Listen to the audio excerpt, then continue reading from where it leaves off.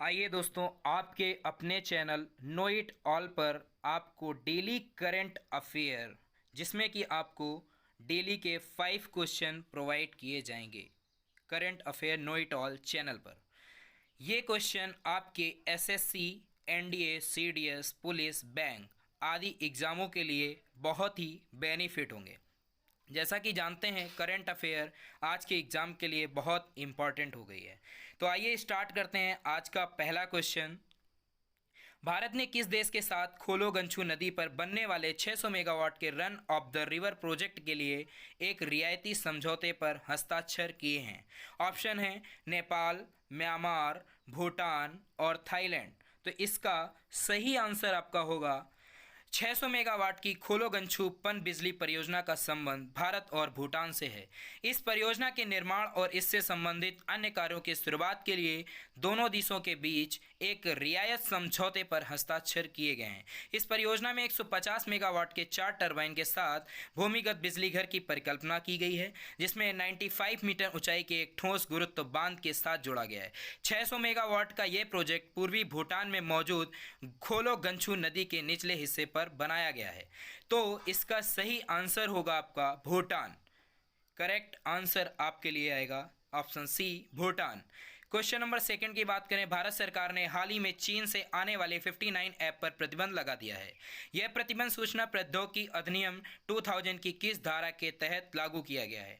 Option धारा 50, धारा 59A, धारा 62 एंड धारा 69A। तो इसका सही आंसर, भारत सरकार ने हाल ही में चीन से आने वाले 59 ऐप्स पर प्रतिबंध लगा दिया है। इसमें short video platform TikTok, UC browser, file sharing app और कैम स्कैनर जैसे कई लोकप्रिय ऐप शामिल हैं। यह प्रतिबंध सूचना प्रौद्योगिकी अधिनियम 2000 की धारा 69A के तहत लागू किया गया है। इसके अंतर्गत सरकार को किसी भी कंप्यूटर संसाधन के माध्यम से किसी भी जानकारी के सार्वजनिक उपयोग के लिए निर्देश जारी करने की शक्ति प्रदान की गई है। सरकार ने यह कदम मोबाइल ऐप्स द्वारा उपयोगकर्ताओं के डेटा का दुरुपयोग करने, डेटा चोरी करने और डेटा को अधिकृत रूप से भारत से बाहर भेजने की शिकायतों के लिए जारी किया गया है। इसका सही आंसर आपका जो होगा वो होगा धारा 69A, option number D. Question number third की बात करें, हाल ही में किस राज्य सरकार ने कोविड-19 के लिए दुनिया का सबसे बड़ा प्लाज्मा थेरेपी परीक्षण प्रोजेक्ट प्लेटिना की शुरुआत की है? तो ऑप्शन है उत्तर प्रदेश, मध्य प्रदेश, महाराष्ट्र, बिहार। तो इसका सही आंसर होगा महाराष्ट्र के मुख्यमंत्री उद्धव ठाकरे ने कोविड-19 के लिए दुनिया का सबसे बड़ा प्लाज्मा थेरेपी परीक्षण प्रोजेक्ट प्लेटिना शुरू किया है। इस प्रोजेक्ट का उद्देश्य ऐसी बीमारी के इलाज के लिए एक मजबूत डेटाबेस तैयार करना जिसके उपचार की कोशिश विशिष्ट जानकारी मौजूद नहीं है। यह प्रोजेक्ट विश्व को प्लाज्मा थेरेपी उपचार के लिए एक विस्तृत डेटा प्रदान करने में, राज्य में इस थेरेपी में बुनियादी ढांचा बनाने में मदद करेगा। इस प्लाज्मा थेरेपी ट्रायल को सपोर्ट करने के लिए पूरी फंडिंग सीएम रिलीफ फंड के जरिए आएगी। तो इसका सही आंसर होगा महाराष्ट्र सरकार, option number B, Maharashtra. Question number 4, राष्ट्रपति द्वारा हाल ही में किसे भारत के अटॉर्नी जनरल के रूप में नियुक्त किया गया है? मुकुल रोहतगी, के वेणुगोपाल, हरीश साल्वे, गोपाल सुब्रमण्यम।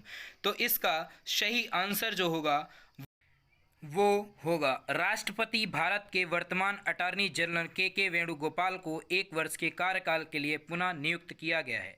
गौरतलब है कि श्री वेणुगोपाल ने जुलाई 2017 के उनके पूर्ववर्ती मुकुल रोहतगी का स्थान लिया था। श्री वेणुगोपाल को 89 वर्ष की आयु हो जाने के कारण उनके अनुरोध पर 1 वर्ष के लिए नियुक्ति दी गई। इसके अलावा केंद्र सरकार ने सॉलिसिटर जनरल एसजी के रूप में तुषार मेहता के कार्यकाल को 3 वर्ष के लिए बढ़ाते हुए 6 एडिशनल सॉलिसिटर जनरलों की नियुक्ति की है। तो इसका सही आंसर होगा के वेणुगोपाल। क्वेश्चन नंबर 5 की बात करें, हाल ही में किस भारतीय अंपायर को आगामी 220 से 221 सत्र के लिए अंपायरों के अंतर्राष्ट्रीय क्रिकेट परिषद में एलिट पैनल में शामिल किया गया है? ऑप्शन नितिन मेनन, नरेंद्र मेनन, रंजन मुदले, सुरेश शास्त्री। तो इसका सही आंसर है भारतीय अंपायर नितिन मेनन को हाल ही में आगामी 2020 एंड 21 सत्र के लिए अंपायरों के अंतर्राष्ट्रीय क्रिकेट परिषद के लिए एलीट पैनल में शामिल किया गया है।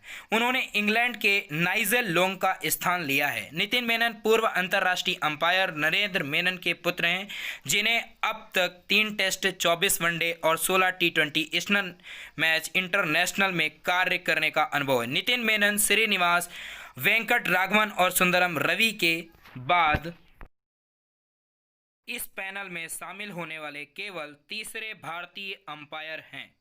तो इसका आपको सही आंसर जो होगा वो होगा Nitin Menon. Thanks to watch my video. Please subscribe this channel and like this video.